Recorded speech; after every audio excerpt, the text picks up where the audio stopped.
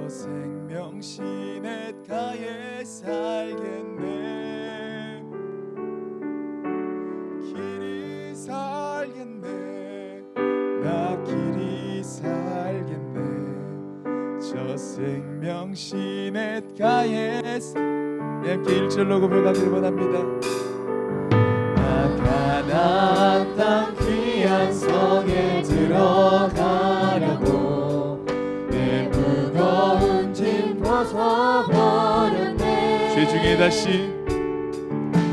중에 다시 벗어날 일 전혀 없으니 저 생명 시냇가에 우리 이 시간 2절로 함께 고백하길 원합니다. 그 불과 구름 기둥으로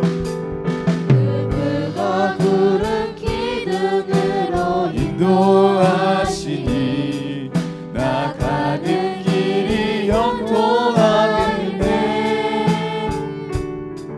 그 요단강을 내가 지금 건넌 후에는 저 생명 시냇가에 함께 찬양하기를 원합니다.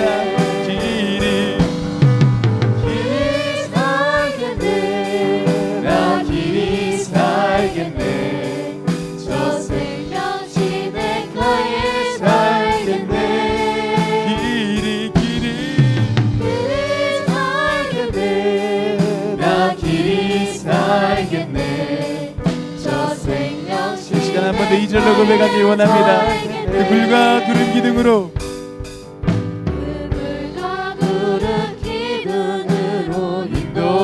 인도하시니 나가는 길이 형통하겠네. 그 요단강을 내가 지금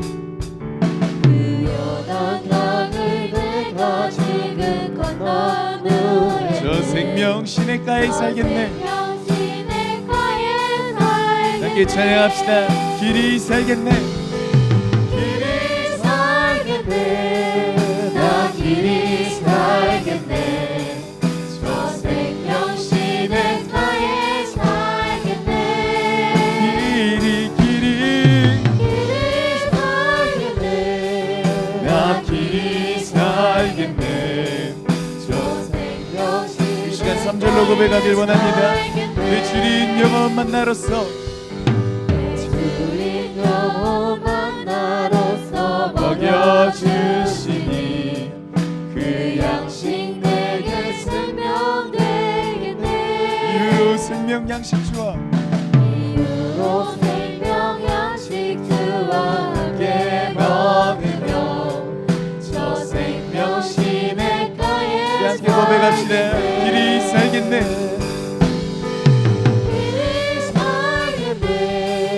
나 길이 살겠네. 저 생명 시냇가에 살겠네.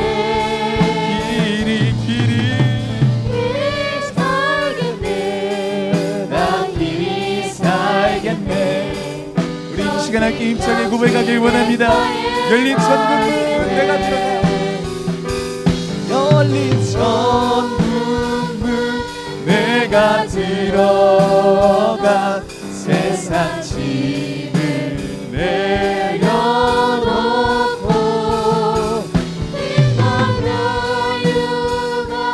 받아 쓰고서 주와 우리 한번 힘차게 고백할까요? 열린 천국문 내가 들어가.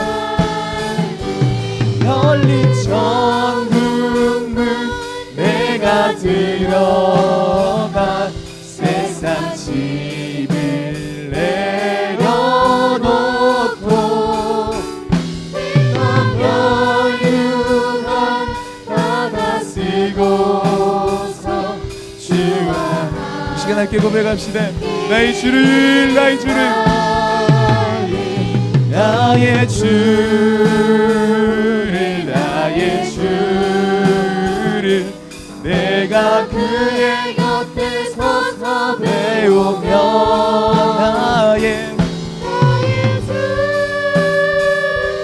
나의 주를 손에 이 시간 한 번 더 고백합시다. 나의 주를 나의 주를 나의 주를 나의 주를 내가 그 곁에 서서 배우며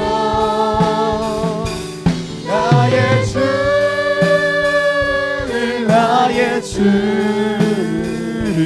손에 못자국을 보아 알겠네.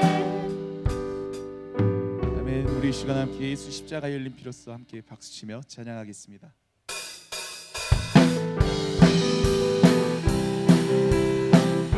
함께 박수치며 찬양합니다. 예수 십자가에 열린 피로써 그대는 씻겨 있는가.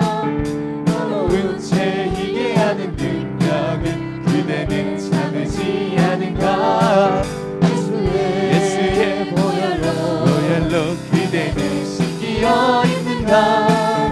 마음속에 여러 가지 죄악이 우리 시간 2절로 고백합시다. 주 예수와 밤낮으로 늘 함께 그대는 행복을 하는가. 아무 때나 어디서나 그대는 진정한 울고 있는가. 예수의 보혈로 그대는 씻겨 있는가. 마음속에 여러 가지 죄악이 깨끗이 씻겨 3절로 고백합시다. 주 예수 다시 오실 그때는 영접할 회복이 있는가. 그대 몸은 거룩한 곳 천국에 들어갈 준비가 있는가. 예수의 보혈로 그대는 씻겨 있는가. 마음속에 여러 가지 죄악이 깨끗이 4절입니다. 모든 죄에 더러워진 예복을 주 앞에 지금 넘어서서 샘물같이 솟아나는 보혈로 눈보다 더 이게 예수의 보혈로 그대는 씻겨 있는가. 마음속에 여러 가지 죄악 마지막으로 고백하길 원합니다. 예수의 보혈로 그대는 씻겨 있는가. 마음속에 여러 가지 죄악이 우리 한 번 더 고백합시다. 예수의 보혈로 예수의 보혈로 그대는 씻겨 있는가. 마음속에 여러 가지 죄악이 이 시간 함께 고백합시다. 예수의 흘린 피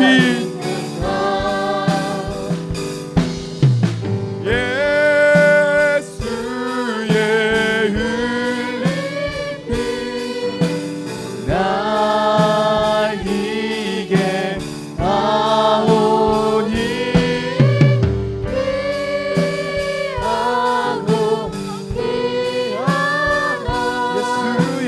예수의 피 우리 시간 처음부터 고백합시다. 나의 죄를 씻기는 나의 죄를 예수의 피밖에 없습니다. 다시 정쾌한 힘도 예수님의 피밖에 없습니다.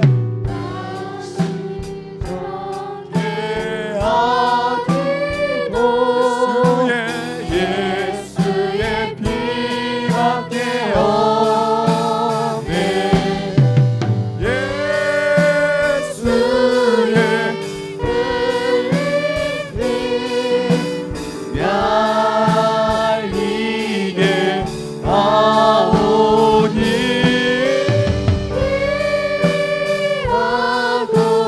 귀하다. 이 절로 고백합니다. 나를 정케 하기는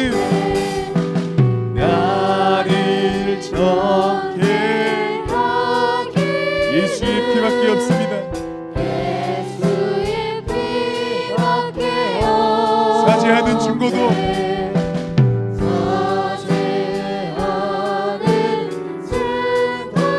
예수님의 피밖에 없습니다. 우리 시간 4절로 고백하길 원합니다. 평안함과 소망을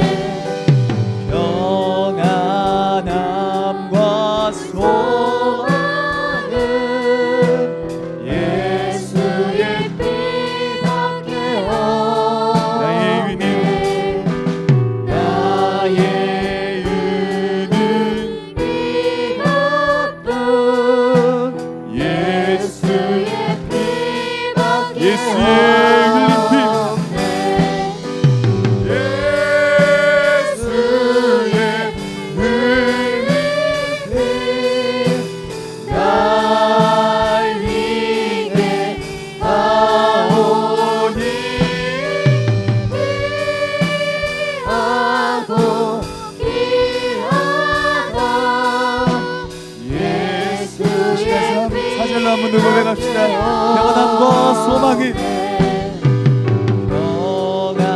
평안함과 소망은 예수의 피밖에요. 나의 은혜는 이것뿐입니다.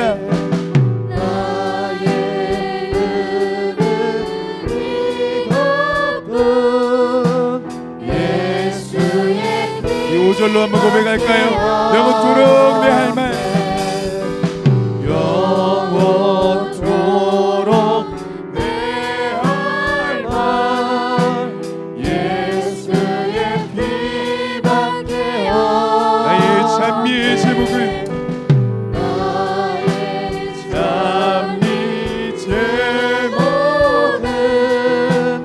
예수의 피밖에요.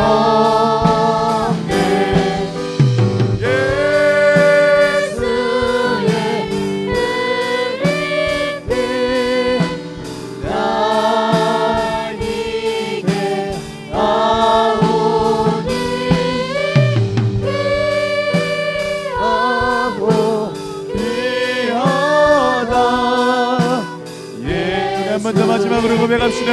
예수의 흘린 피, 예수의 흘린 피 날 이게 나오니 귀하고 귀하다. 예수의 피. 이 시간 이렇게 고백하면 기도하면 좋겠습니다. 하나님, 우리 죄를 속해 주셔서 감사합니다. 하나님, 우리 할 말은 오직 예수뿐이고 우리 죄를 적게 하실 분도 예수님입니다. 우리 이러한 기도를 우리 이렇게 이 시간 함께 기도하며 나아갑시다. 하나님 감사합니다. 우리 죄를 속해 주신 주 감사합니다.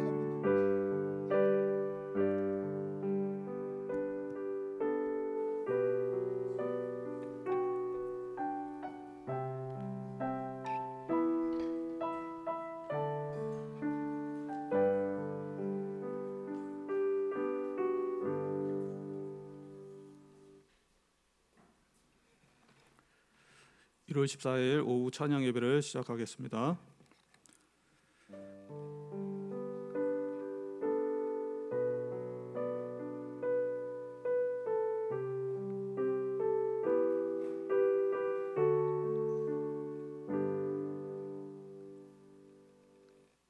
찬송가 446장입니다.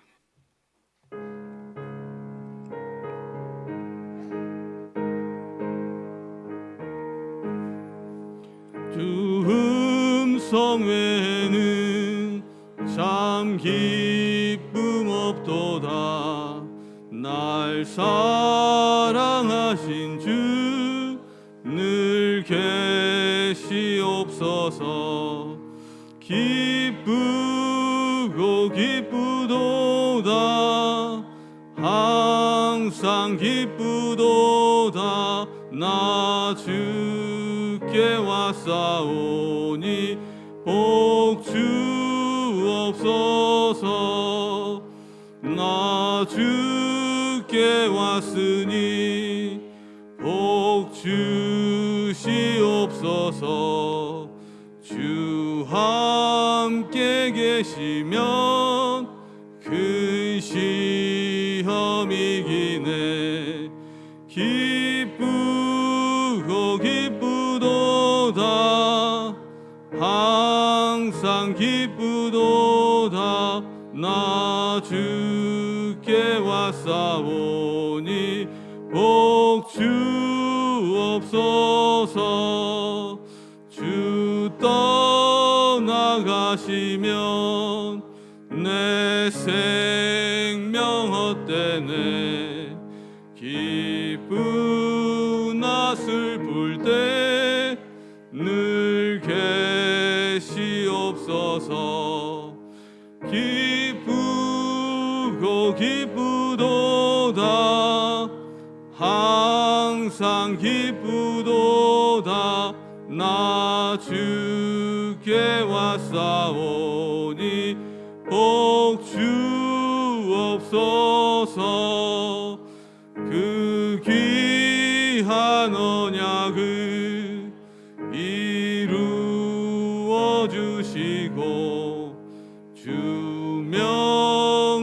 정 따를 때 늘 계시옵소서.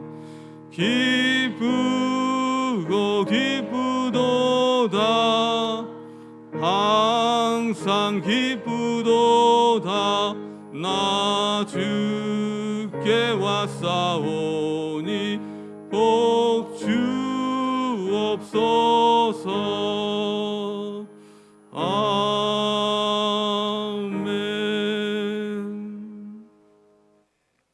박순가 집사님께서 우리를 대표해서 기도해 주시겠습니다.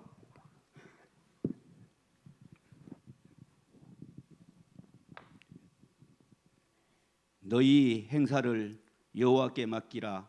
그리하면 경영하는 것이 이루어지리라. 하나님 아버지 감사합니다. 2023년 한 해를 은혜와 사랑으로 보호하여 주시고 2024년 새해를 주시어 새로운 마음으로 주님의 은혜와 사랑을 생각하며 찬양 예배로 모여 영광을 올려드립니다. 하나님 아버지, 올 한 해도 동행하여 주시고 허물 많은 저희들이 살아갈 길을 인도하여 주시옵소서. 주님의 말씀을 항상 마음에 간직하고 문설주에 메고 이마에 붙이어서 주님께서 여기에 뜻이 있어 세우신 교회를 사랑하고 편안하고 든든히 서가는 교회로 부흥성장할 수 있도록 인도하여 주시옵소서. 주님께서 허물 많은 저희를 사랑하셨습니다. 그 사랑을 나누어 드리는 저희가 되게 축복하여 주시옵소서. 선교와 구제, 사랑과 영원한 안식처, 소망이 있는 믿음을 저들에게도 인도할 수 있도록 용기 주시고 행함을 주시옵소서. 우리 주님 찬양을 드리며 함께 모인 자녀들, 주님이 계신 교회를 사랑하고 몸과 마음, 일 달란트까지 다 바친 과부의 마음으로 목사님, 장로님, 권사님, 집사님, 주님의 자녀들 손길들 위로하여 주시고 축복하여 주시옵소서.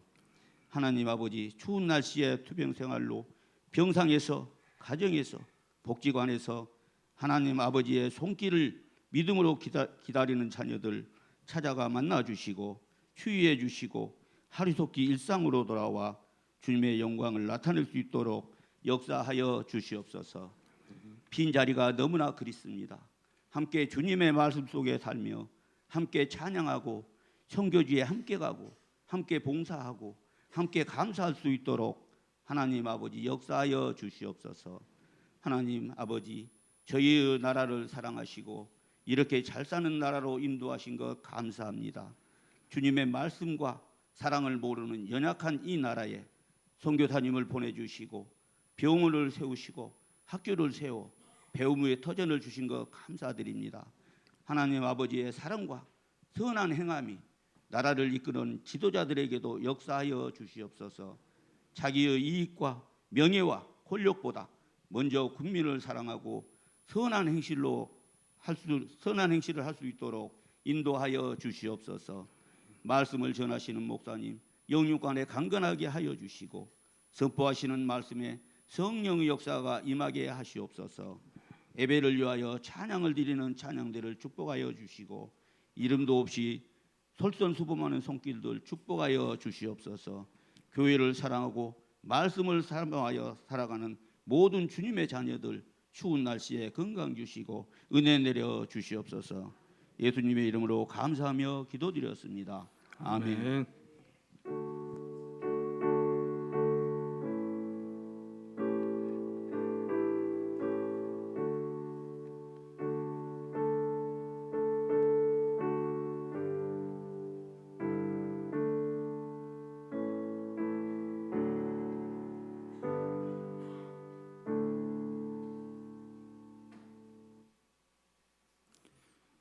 오늘의 하나님의 말씀은 신명기 6장 1절부터 9절까지입니다. 제가 가진 성경으로 구약성경 271페이지 되겠습니다. 신명기 6장 1절부터 9절까지입니다. 구약성경 271페이지입니다. 신명기 6장 1절부터 9절까지. 그러면 다 찾으시지 알고 교독하겠습니다. 제가 먼저 읽겠습니다. 이는 곧 너희의 하나님 여호와께서 너희에게 가르치라고 명하신 명령과 규례와 법도라. 너희가 건너가서 차지할 땅에서 행할 것이니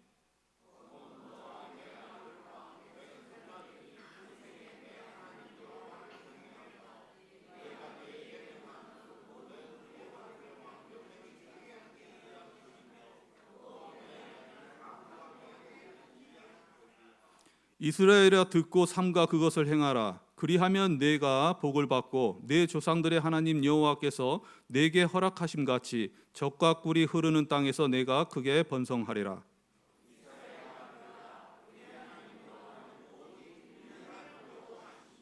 너는 마음을 다하고 뜻을 다하고 힘을 다하여 내 하나님 여호와를 사랑하라.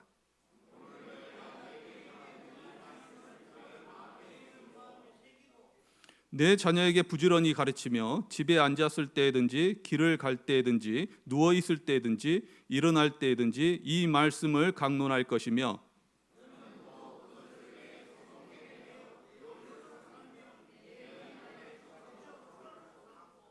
다 같이 읽겠습니다. 또 내 집 문설주와 바깥문에 기록할지니라. 아멘. 찬송가 200장입니다.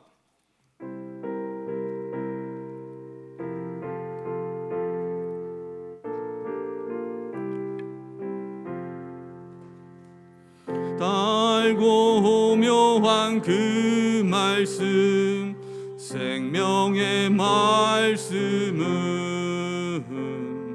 귀한 그 말씀 진실로 생명의 말씀이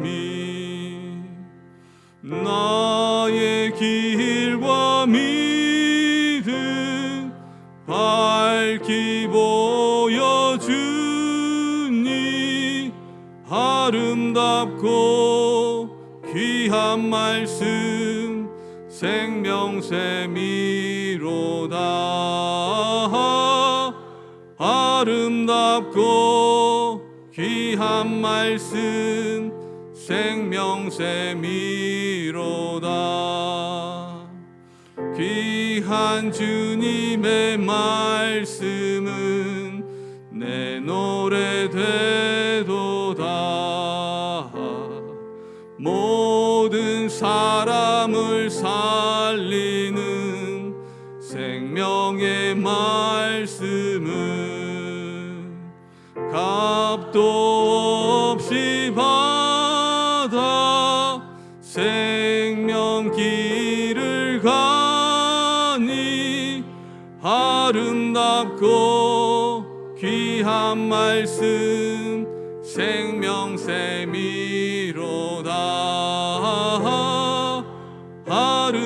아름답고 귀한 말씀 생명샘이로다. 널리 울리어 퍼지는 생명의 말씀은 마음의 용서와 평안을 골고루 주나니 다만 예수 말씀 듣고 복을 받네. 아름답고 귀한 말씀 생명샘이로다.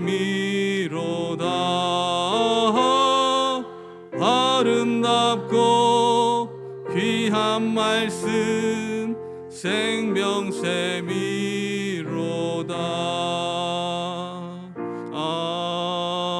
아멘. 아멘. 광고 말씀 드리겠습니다. 각 기간 원래가 다음 주 2부 예배 후에 있겠습니다. 목포 기독교 교회 연합회 신년 할애가 2024년 1월 10일 내일 11시에 신안 비치 호텔에서 있겠습니다. 다음 주일 오후 예배 찬양은 주양 찬양대입니다.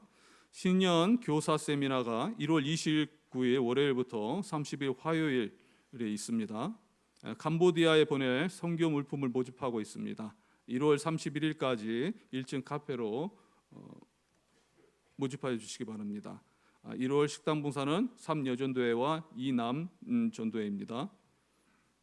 그리고 강병주 장로님과 강순자 권사님 모친 되시는 문평협 집사님 입간 예배가 오후 예배 후에 차량 운행 후에 있겠습니다. 오후 예배 끝나고 차량 운행이 끝난 이후에 효성병원 장례식장에서 있습니다. 많은 위로와 참석 바라겠습니다. 이상 교회 소식이었습니다. 봉헌 위에 기도드리겠습니다. 11조 헌금 권옥근 권사님 드리셨습니다. 1,000번째 최재권, 최다인, 송나은, 이보배, 이보영 드리셨습니다.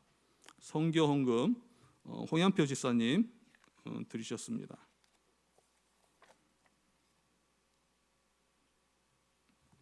성교 헌금 3남 전도에서 드리셨습니다.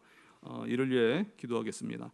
하나님 아버지, 이렇게 오후 찬양 예배로 또 거룩한 하나님께 나아가게 하시니 너무나도 감사합니다. 일주일간 저희들 도와주시고 많은 은혜 끼쳐주신 것 생각하면서 우리의 힘과 정성을 모아서 예물을 드립니다. 이 예물 기쁘게 받아주시고 또 이 예물을 통해서 또 하나님의 나라가 확장되는 역사가 일어날 수 있도록 도와주시옵소서. 또 준비한 손길 기억하여 주시고 또 범사의 형통함과 축복으로 화답하여 주시옵소서. 또 간절한 소망을 담아서 또 감사 헌금 1,000번째 드립니다. 하나님 기도 제목 들어주시고 응답하여 주시옵소서. 또 선교 헌금 드리고 또 11조 헌금 드렸습니다. 또 이 예물에 대해서 또 하나님께서 또 좋은 또 축복으로 화답하여 주시옵소서. 이 모든 말씀 예수 그리스도의 이름으로 기도드리옵나이다. 아멘. 할렐루야. 오후 찬양 예배에 오신 여러분을 환영합니다. 그리고 오늘 들음의 축복이라는 제목을 통해서 많은 은혜 받는 저와 여러분 됐으면 좋겠습니다. 아멘. 아멘. 이 앞전에 신명기 말씀을 통해서 여러분에게 가나안 땅에 들어가기 전에 요단 동편에 대한 내용을 여러분에게 전했습니다. 신명기 말씀 자체가 요단강 동편에서 전해지는 말씀이었죠. 오늘의 말씀도 동편에서 전해지는 말씀인데 이 모세가 설교를 계속 하고 있습니다. 신명기 말씀은 모세의 설교를 나타내는 것이죠. 오늘 말씀은 제목을 들음의 축복이라고 했는데 여기 이 내용에서 보면 세마의 내용이 나옵니다. 여러분도 잘 알고 있듯이 세마 들으라 이스라엘아라는 내용이죠. 그 들음에 대한 축복이 무엇인지 여러분에게 오늘 전해드리고자 합니다. 무엇보다도 다음 세대, 오늘 중고등부가 찬양을 했는데 다음 세대를 위한 교육에 관한 내용도 포함된다고 생각하시면 되겠습니다. 1세대가 가나안 땅에서 방황하고 모두 죽었죠. 여호수아와 또 갈렙만 빼고 가나안 땅에 들어가지 못했습니다. 여호수아와 갈렙이 또 1세대를 대표해서 들어갔고 또 2세대가 가나안 땅에 들어가게 되죠. 또 하나님께서는 그 2세대를 통해서 가나안 땅에서 있을 많은 전쟁의 표본을 보여주려고 했습니다. 오늘 이러한 2세대의 모습을 입시가 거의 끝나가는데 그 입시에 따진다면 1차 지원한 학생들이 모두 마음에 들지 않았습니다. 그리고 다 떨쳐버린 거죠. 여호수아와 갈렙만 빼고 모두 떨쳐버린 겁니다. 그리고 2차 지원을 한 세대를 이제 합격시켜 주신 거죠. 2세대를 합격시켜 주고 1세대에서는 여호수아와 갈렙만 합격시켜 주는 거예요. 그 차이가 40년이라는 아주 긴 시간이 흘렀습니다. 그리고 하나님께서는 이 2세대를 통해서 가나안 땅에서의 많은 전쟁을 치룰 텐데 이 전쟁을 치르는 동안 그들에게 점점 신앙을 끈하게 빚어가야 되겠다. 그렇게 결단한 거였죠. 이 2세대가 뭘 잘했기 때문에 그들을 가나안 땅으로 밀어 넣으신 건 아니었습니다. 그들에게 있어서 기업을 약속하셨고 그 기업을 얻기 위해서 그들을 빚어가겠다, 그렇게 결단한 세대였다는 거죠. 예수님께서 이 땅에 오신 이후의 세대들도 마찬가지입니다. 예수님께서 그 온전함을 보여주셨음에도 불구하고 우리가 그렇게 온전하다 말할 수는 없을 것입니다. 온전하고 완벽하다, 그러한 세대라고 말할 수는 없을 거예요. 그렇지만 하나님께서는 우리를 불러주셨고 또 구원해 주셨고 또 천성의 소망을 품고 나아갈 수 있도록 해주셨다는 거죠. 그게 바로 은혜의 세대라는 거예요. 그것처럼 가나안에 들어가던 이 세대는 은혜의 세대였습니다. 그리고 하나님께서는 강한 의지를 보여주셨죠. 그들과 함께하면서 전쟁에 승리케 해주겠다, 그리고 그들에게 가나안 땅을 주겠다라고 약속하셨습니다. 그것처럼 우리도 그 이 세대처럼 강한 하나님의 의지가 있는 세대이고 함께하겠다, 그리고 은혜를 주겠다라고 한 세대라는 거예요. 그게 얼마나 감사한 일입니까? 그리고 이 세대를 가나안 땅에 밀어넣기 전에 그들에게 모세를 통해서 당부의 말씀을 하고 계신 거예요. 그리고 들어라 이스라엘아, 하나님의 말씀을 들어라라고 말씀해 주시고 있는 것입니다. 권투 경기를 하면서 코치의 말을 들어야겠죠. 코치의 말을 잘 들어야 우리가 권투 시합을 하면서 이길 수 있을 것입니다. 뭐 상대편 코치의 말을 듣는 것도 안 되고 또 관중의 말을 듣는다고 도움이 되겠습니까? 이기게 해주실 분, 이기게 해줄 수 있는 그 코치의 말을 들어야 되겠죠. 그것처럼 가나안 땅에 들어가는 그들에게 또 하나님께서는 승리를 안겨주겠다, 그렇게 약속하셨습니다. 그리고 그들에게 내 말을 들어라라고 말씀해 주신 거예요. 왜 하나님께서는 이러한 말씀을 그들에게 주셨을까요? 그것은 가나안에 들어가면은 많은 민족들이 있습니다. 7족속이라고 그러죠. 7족속이라는 많은 민족들이 있는데 그들은 하나님 없이 자신의 경험과 노하우로 쌓여진 문화였습니다. 그렇게 점점 쌓아지고 그것이 옳다라고 생각하는 그러한 민족이었던 것이죠. 하나님 없이 그들이 스스로 살아가는 법을 익히고 있었고 또 개발하고 있었고 그것이 문화가 되어서 점차 쌓여가고 있는 그런 형태의 민족이었다는 거예요. 그곳에 하나님께서 이스라엘 백성들, 하나님을 믿고 있는 이스라엘 백성들을 밀어 넣으신 거예요. 거기에 그리고 싸움을 거신 것입니다. 1절의 말씀을 보면 건너가서 차지할 땅에서 이렇게 말하고 있어요. 그곳에서는 치열한 전쟁이 일어납니다. 그 치열한 전쟁이 일어나는 곳에서 하나님을 믿으라라고 하는 거예요. 하나님이 그들에게 승리를 주겠다라고 말씀하고 계신 것입니다. 그렇다면 이들이 무엇을 들어야 할까요? 오늘 1절의 말씀을 제가 다시 한번 읽겠습니다. 오늘 1절의 말씀을 보면 이는 곧 너희의 하나님 여호와께서 너희에게 가르치라고 명하신 명령과 규례와 법도라, 그렇게 말했습니다. 즉 하나님의 말씀이라는 거죠. 하나님의 말씀을 들어야 된다는 거예요. 그렇다면 누가 들어야 될까요? 그 말씀을 듣는 것은 누구일까요? 가나안 세대인데 누구일까요? 2절을 제가 한번 읽겠습니다. 곧 너와 너뿐만 아닙니다. 내 아들과 내 손자들이 그랬습니다. 자자손손이라는 거죠. 자자손손.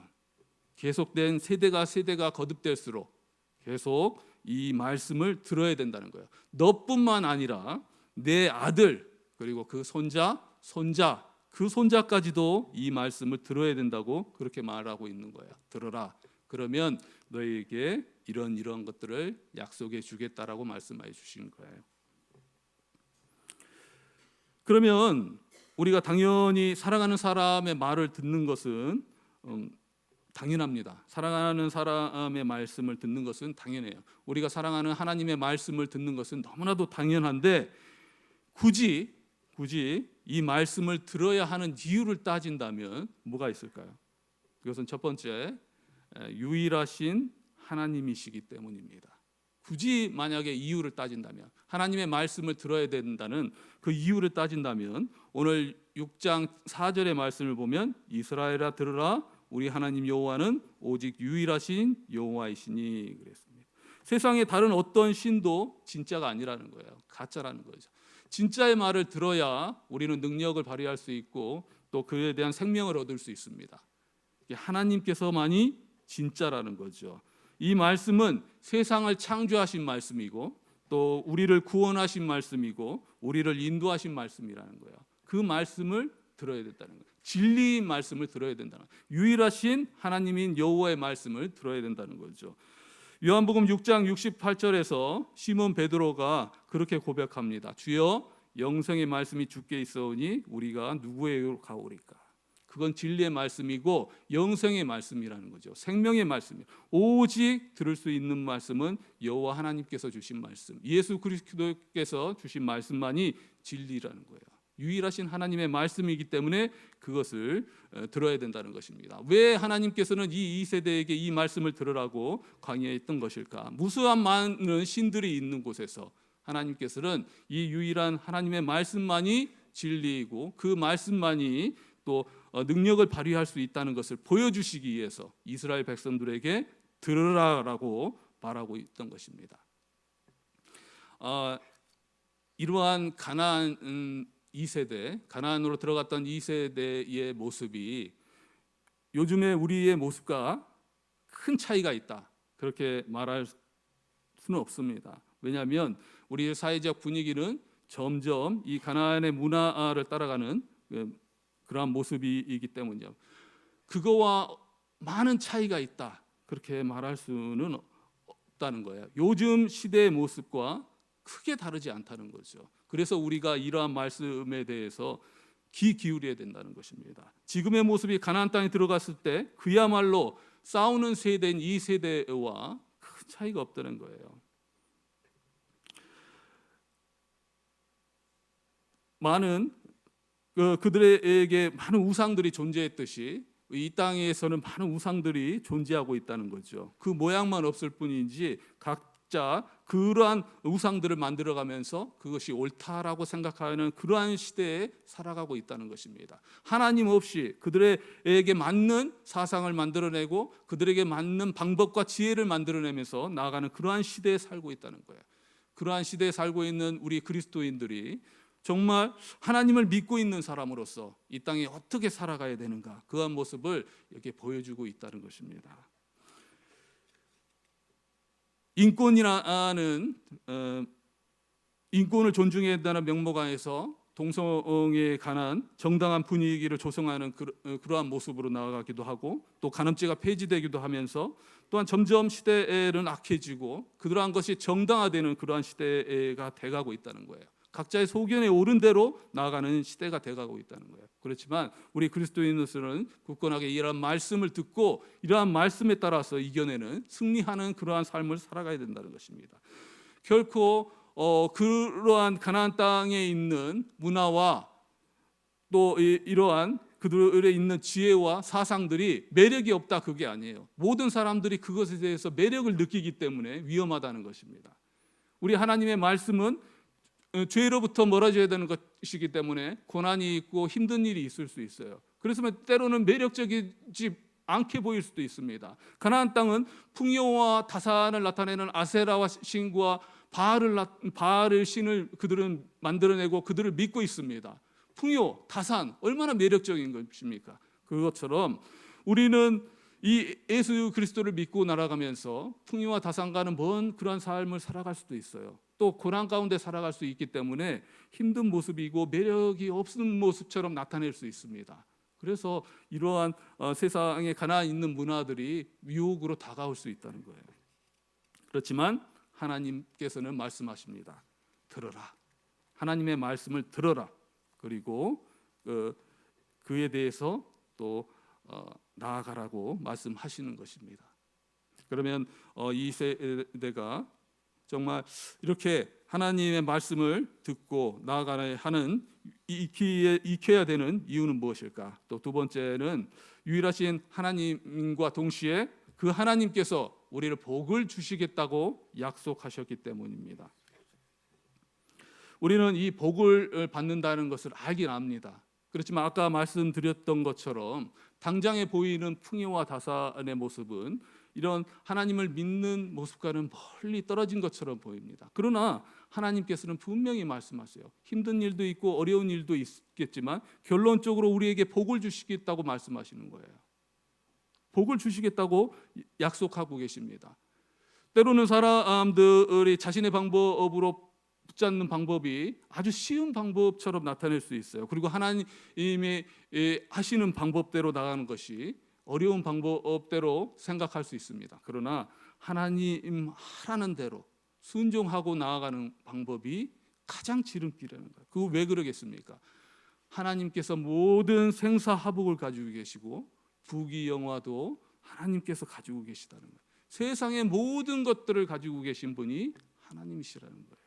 하나님이 또 하고자 하면 하실 수 있다는 거예요. 모든 것들을 하실 수 있다는 거예요. 그러한 분이 하나님이시라는 거죠. 그것처럼 우리가 하나님의 말씀을 익히 듣고 나아가는 데에는 힘든 일이 있을 수 있지만 복을 주시겠다고 약속하셨다면 분명한 그러한 복을 우리들에게 허락하신다는 것입니다.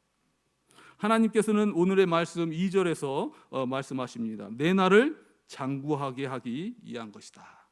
그리고 오늘 3절의 말씀에서 이스라엘아 듣고 삼가 그것을 행하라. 그리하면 내가 복을 받고 내 조상들의 하나님 여호와께서 내게 허락하심 같이 적과 꿀이 흐르는 땅에서 내가 크게 번성하리라라고 말씀하고 계시다는 거예요. 하나님께서는 우리에게 복 주시기를 너무나도 기뻐하신 분이시라는 거예요. 오늘 신명기의 같은 말씀, 신명기 5장 29절입니다. 다만 그들이 항상 이 같은 마음을 품어 나를 경외하며 내 모든 명령을 지켜서 그들과 그 자손이 영원히 복받기를 원하노라. 하나님께서는 우리를 복받기를 원하신다는 거예요. 그러기 위해서 이 말씀을 듣고 이 말씀을 익혀라라고 말씀하시고, 유일하신 하나님께서, 세상을 창조하신 하나님께서 이렇게 말씀하고 계시다는 거예요. 신명기 28장에서 보면 축복과 저주의 말씀이 나옵니다. 이 축복과 저주를 나누는 기준이 무엇이냐? 그것은 말씀을 듣느냐 듣지 않느냐에 따라 달렸다는 거예요. 신명기 28장 1절부터 2절까지 제가 한번 읽어보겠습니다. 내가 내 하나님 여호와의 말씀을 삼가 듣고 내가 오늘 내게 명령하는 그의 모든 명령을 지켜 행하면 내 하나님 여호와께서 너를 세계 모든 민족 위에 뛰어나게 하실 것이라. 복을 주신다는 거죠. 그 민족을 번성케 해주신다는 거예요. 그리고 내가 내 하나님 여호와의 말씀을 청종하면 이 모든 복이 내게 임하며 내게 이르리니. 그리고 계속 복의 그러한 모습들을 나열하고 계십니다. 그것처럼 하나님의 말씀을 익히 있는 것은 유일하신 여호와의 하나님이시고 그것이 진리이기도 하고 또한 그분이 우리들에게 복을 허락하셨다는 거예요. 복을 허락하셨다면 우리가 그 말씀을 들어야 되겠습니까? 안 들어야 되겠습니까? 들어야 되겠죠. 들어야 된다는 것입니다. 그러면 하나님께서 주신 그러한 복을 누릴 수 있다는 거예요. 그런데 이러한 말씀을 오늘 주셨는데 이러한 말씀이 우리가 귀로 듣는 거 그런 것만 말씀하신 것은 아닙니다.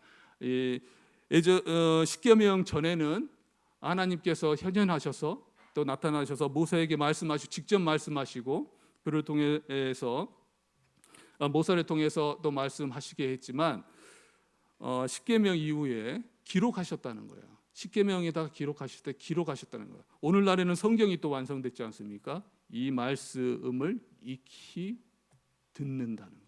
이 말씀을 익힌다는 거. 그게 바로 듣는다는 거죠. 이 말씀을 듣고 또 이것에 대해서 또 삶을 또 살아내게 되었을 때 하나님께서는 이러한 복들을 허락하신다는 거예요. 그리고 그것은 너뿐만 아니라 다음 세대, 또 다음 세대, 그 다음 세대까지 계속된다는 거예요. 아브라함의 하나님, 이삭의 하나님, 야곱의 하나님 계속 그 세대가 연결되었을 때 그 자손들에게도 복을 허락하여 주신다는 걸 말하는 것입니다. 그리고 그 말씀을 익히는 방법에 대해서도 계속 나와 있습니다. 쇠마죠, 쇠마. 교육에 관한 것입니다. 그 쇠마 교육에 대해서 오늘 중고등부 학생들도 있고 또 그것에 대해서 여러분과 같이 생각해보는 시간을 가질 텐데요.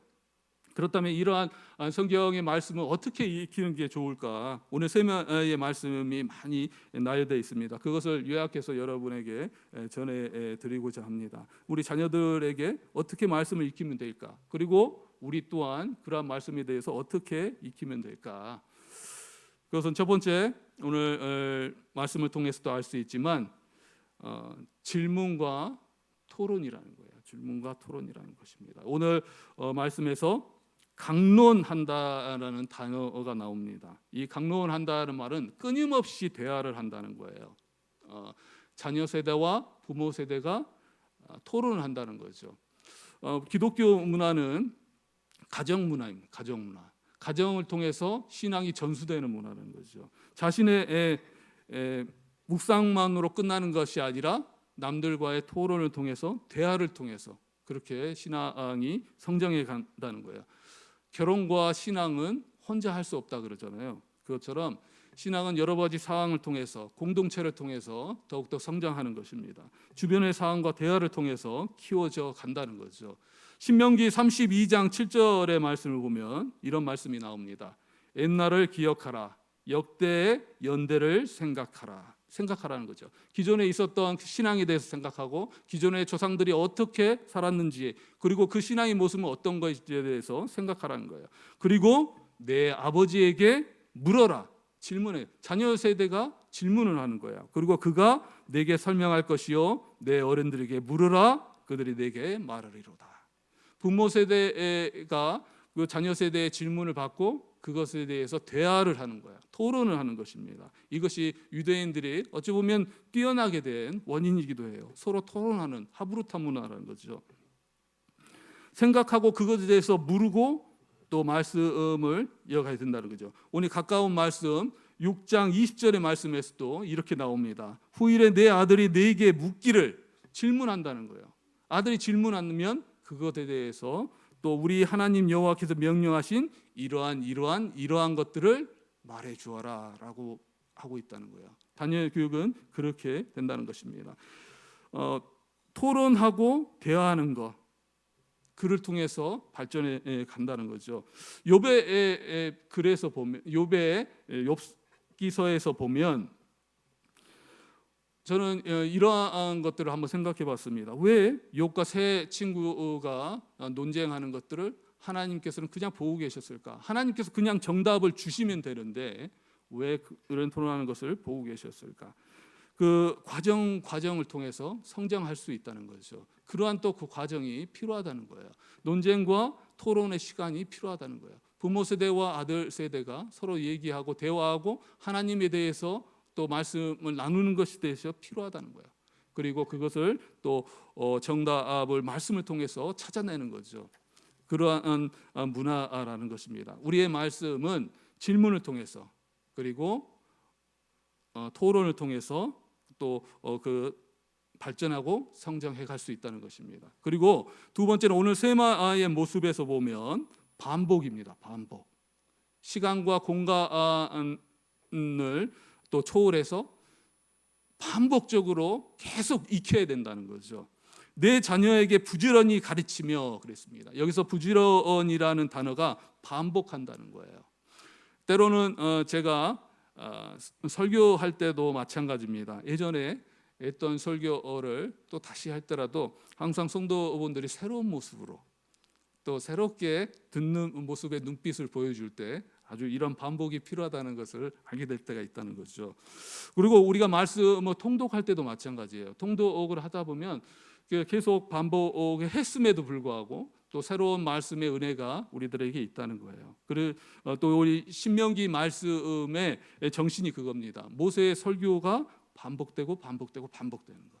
반복하고 익히고 그러면서 더욱더 우리의 믿음이 성장할 수 있다는 거예요.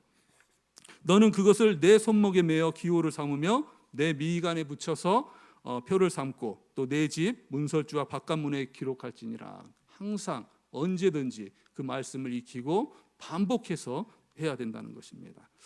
그리고 또 세 번째는 가슴으로 들어야 된다는 거예요. 가슴으로 들어야 된다는 거예요. 들음은, 하나님의 말씀의 들음은 귀로만 듣는 것이 아닙니다. 성경의 지식은 머리로만 익히는 것이 아니라 가슴으로 익힌다는 거죠. 하나님의 음성은 가슴으로부터 나온다는 거예요. 정말 하나님께서 창조하신 원리를 보면 놀랍습니다. 우리가 마음이 아프다 그렇게 할 때 정말 가슴이 아파요. 가슴이 아픈 걸 알 수 있습니다. 하나님께서 창조하신 것이 그러한 것이라는 거죠. 우리가 말씀을 익힐 때 문자적으로 익히는 것이 아니라 또 지식만으로 익히는 것이 아니라 그 말씀을 묵상을 할 때 그것이 가슴에 와닿아야 된다. 오늘 말씀 5절에서도 약간 다른 말씀이라고 생각할 수 있습니다. 그러나 별 차이가 없어요. 너는 마음을 다하고 뜻을 다하고 힘을 다하여 내 하나님 여호와를 사랑하라. 그것은 지식만을 말하는 것이 아니에요. 하나님을 온전히 사랑한다. 모든 것들을 통해서 사랑하는 것. 그것은 가슴으로 익힌다는 걸 말씀하시는 거예요. 오늘 내가 명령한 이 말씀을 너는 마음에 새기고라고 말하고 있다는 거예요. 모든 전부를 통해서 그 말씀을 익혀야 된다는 거죠. 유대인들이 이 말씀을 문자적으로 해서 오류가 있었습니다. 누워 있을 때든지 7절의 말씀을 보면 누워 있을 때든지 일어날 때든지 이걸 문자적으로 해석해서 하루에 2번씩 강론을 해야 된다. 그래서 그게 율법적으로 정해져 있거든요. 2번씩 강론을. 그게 아니라 항상 하나님 앞에서 또한 그 모든 것들을 다해서 그것을 익혀야 된다는 거죠. 또 손목에 대어 기호를 삼고 미간에 붙여 표를 삼는다고 하니까 테플린 상자 안에다가 말씀을 넣고 머리에 묶고 손목을 묶는 거. 그러한 형식이 아니라 온 마음을 다해서 익혀야 된다는 거죠. 그리고 우리는 이 말씀을 익힐 때에 하나님의 깊은 마음을 깨달아야 된다는 거예요. 모든 변화는 지식을 통해서 변화가 이루어지는 것이 아니라 마음을 통해서 이루어지게 되어 있다는 것입니다. 그러면 예수님을 보내주신 하나님의 깊은 사랑을 깨달을 수 있다는 거죠. 우리가 마음을 다하고 뜻을 다하고 힘을 다한다는 것은 그러한 것을 말하는 것입니다. 그리고 그럴 때에 또 이웃 또한 또 내 몸처럼 사랑할 수 있다는 거죠. 최고의 계명은 하나님께서 말씀하시면서 하나님의 사랑과 이웃 사랑. 이 전에 이 세마의 말씀이 나오기 전에 10계명이 나왔습니다. 하나님의 사랑, 이웃 사랑이라는 거죠. 하나님을 사랑하는 사람들은 이웃을 사랑할 수 있다는 거죠.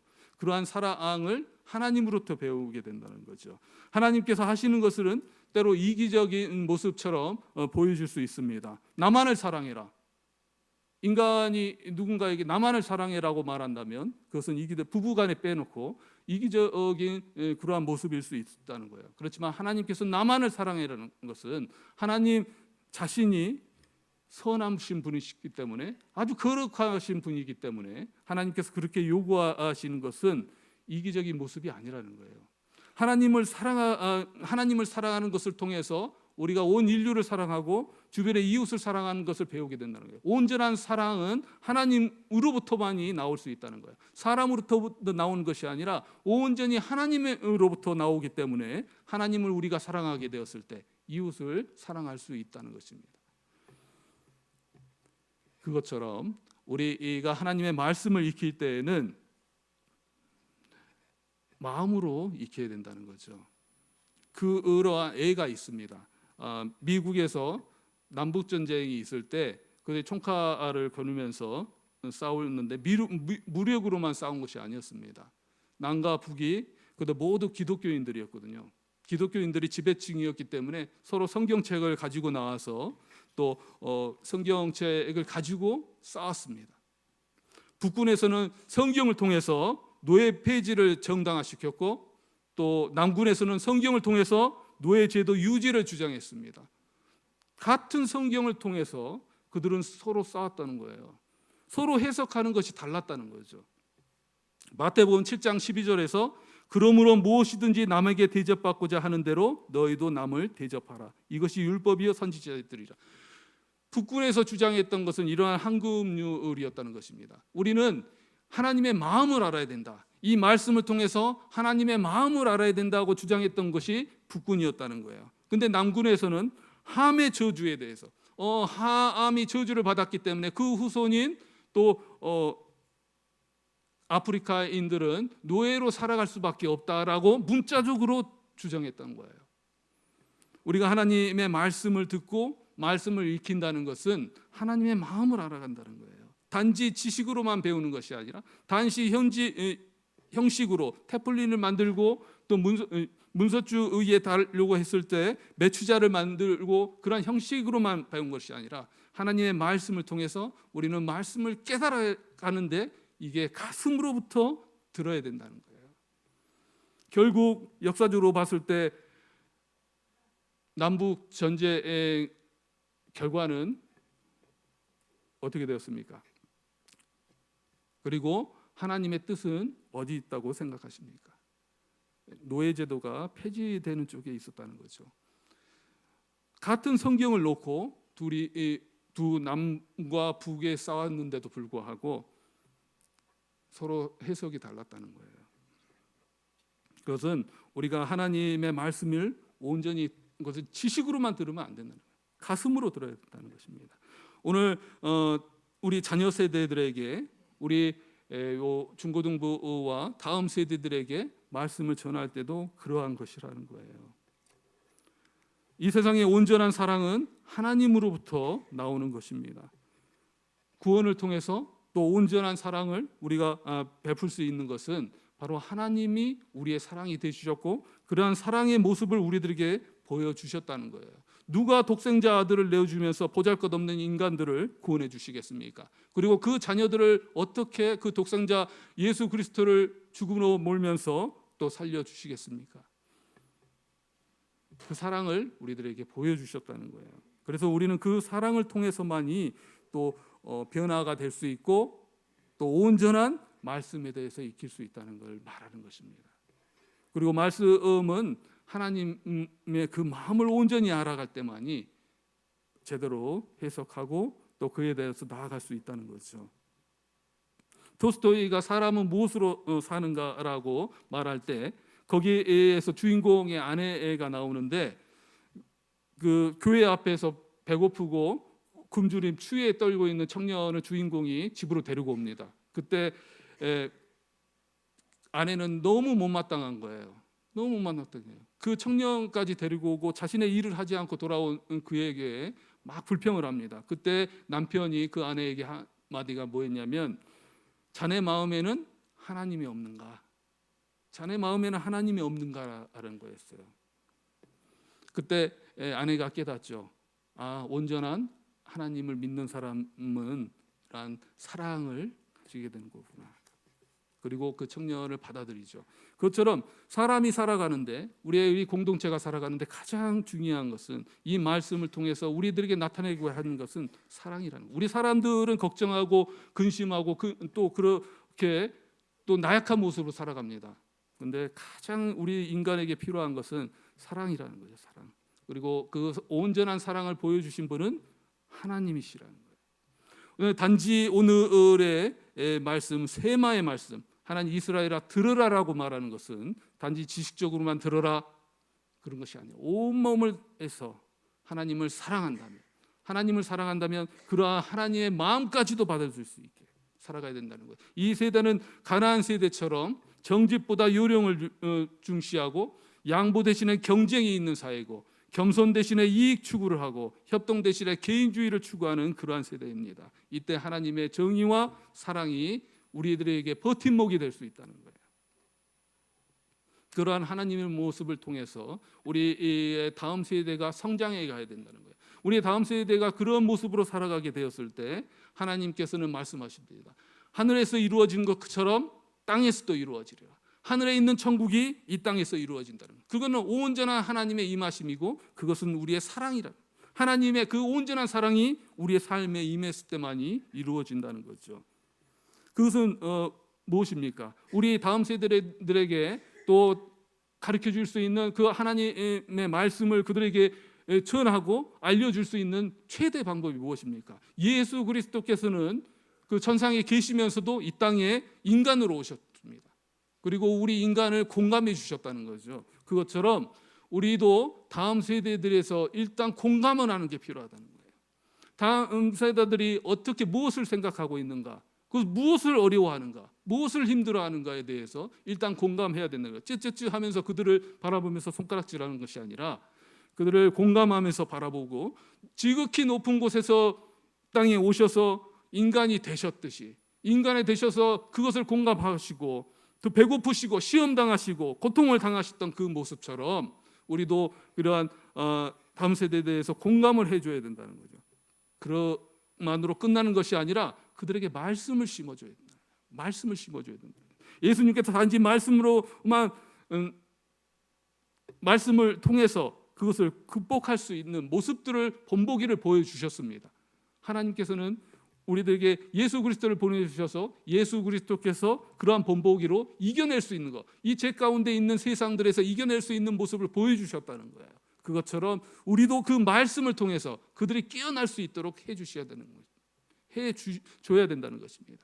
다윗은 압살롬을 너무나도 사랑하지만 그 죄악된 모습을 그를 살릴 수 없었습니다. 그렇지만 하나님은 예수 그리스도를 살려주셨습니다. 그것처럼 우리의 다음 세대를 살릴 수 있는 분은 오직 하나님이시라는 거예요.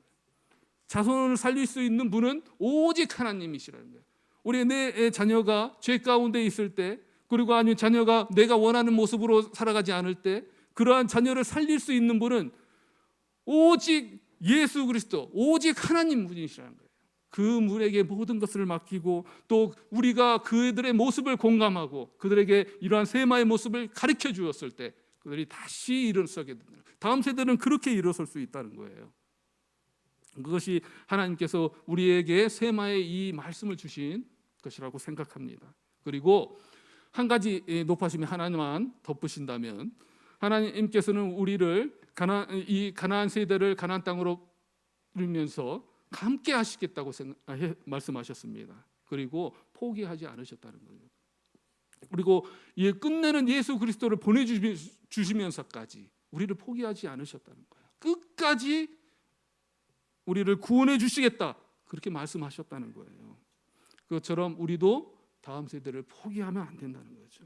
오전에 담임 목사님께서 어거스틴에 대해서 말씀하셨습니다. 어거스틴 어머니 모니카는 방황하고 힘들어하고 또 사생아까지 낳았던 어거스틴을 끝까지 기도하셨다는 거예요.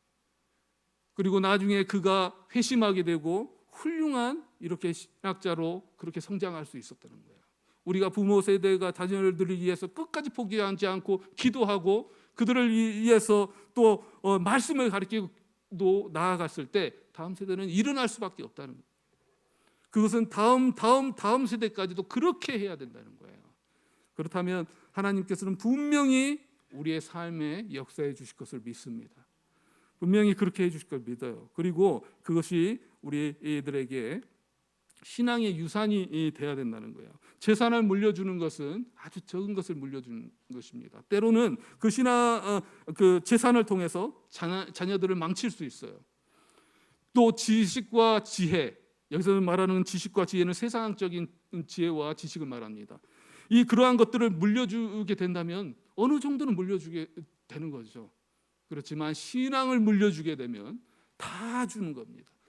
세상을 가지고 계신 분은, 세상을 창조하신 분, 세상의 역사를 주관하신 분은 하나님이시기 때문에 그 하나님에 대해서 알게 해준다면 다음 세대는 다 얻는 겁니다.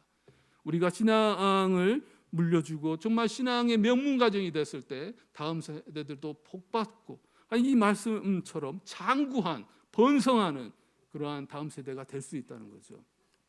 우리가 이러한 말씀을 정말 깊이 새기고 다음 세대들을 공감하면서 또 그들에게 이러한 말씀을 통해서 이겨내는 방법을 격려하면서 나아갔을 때 분명히 다음 세대들 일어설 수 있을 것이라 믿습니다. 그러한 방법으로 우리들 중고등부 학생들도 많이 있고 오늘 유초등부 학생들 그러한 모습들 눈방울들을 보면서 신앙의 모습으로 성장하게 된다면 그 가능성이 있다는 거죠. 하나님께서 하시면 다 할 수 있습니다.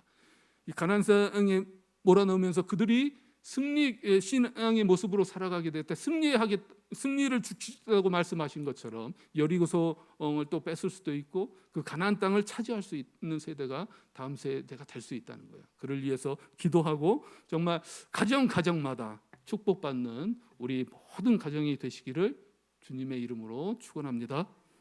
기도하겠습니다. 하나님 아버지 너무나도 감사합니다.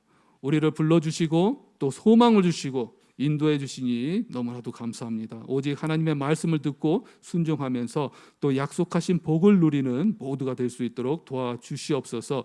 또 다음 세대를 위해서 더욱더 기독해 하시고 또 가정마다 그 무엇보다도 신앙의 유산을 물려주면서 몸문 가정 모두 될 수 있도록 하나님의 말씀으로 굳건히 세워지도록 도와주시옵소서. 또 하나님의 지식이 믿음이 더욱더 성장하게 하시고 그로 인한 영적인 복과 또 기름진 복을 누릴 수 있도록 도와주시고 또 하나님의 말씀으로 하나님의 마음까지도 헤아리며 뜻에 따라 행하는 우리 모두가 될 수 있도록 인도하여 주시옵소서. 이 모든 말씀 예수 그리스도의 이름으로 기도드리옵나이다. 아멘. 찬송가 246장입니다.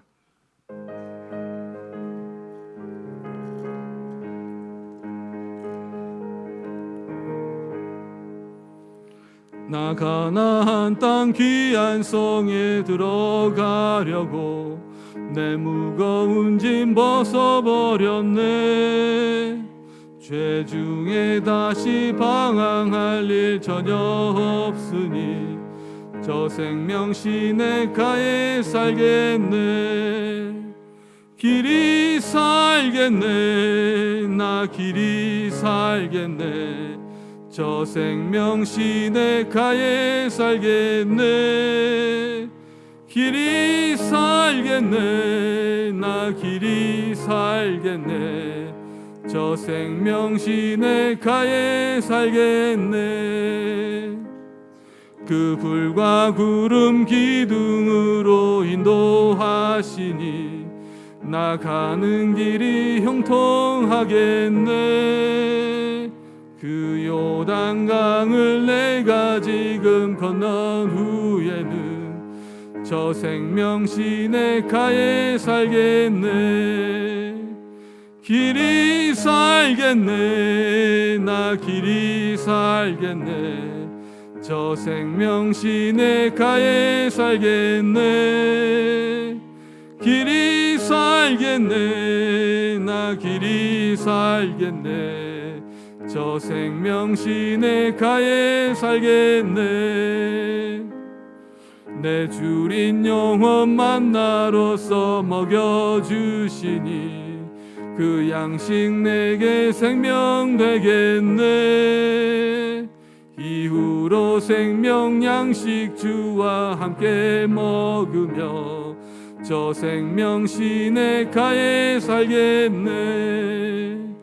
길이 살겠네. 나 길이 살겠네. 저 생명 시내가에 살겠네. 길이 살겠네. 나 길이 살겠네. 저 생명 시내가에 살겠네. 예, 기도하겠습니다. 이제는 우리 주 예수 그리스도의 놀라우신 은혜와 하나님 아버지의 크고 무한하신 사랑과 성령님의 감동 감화 위로하심과 교통하심과 충만하심이 여기 모인 모든 성도분들 머리 위에 그 터 위에 이제로부터 영원토록 함께 있을지어다. 아멘.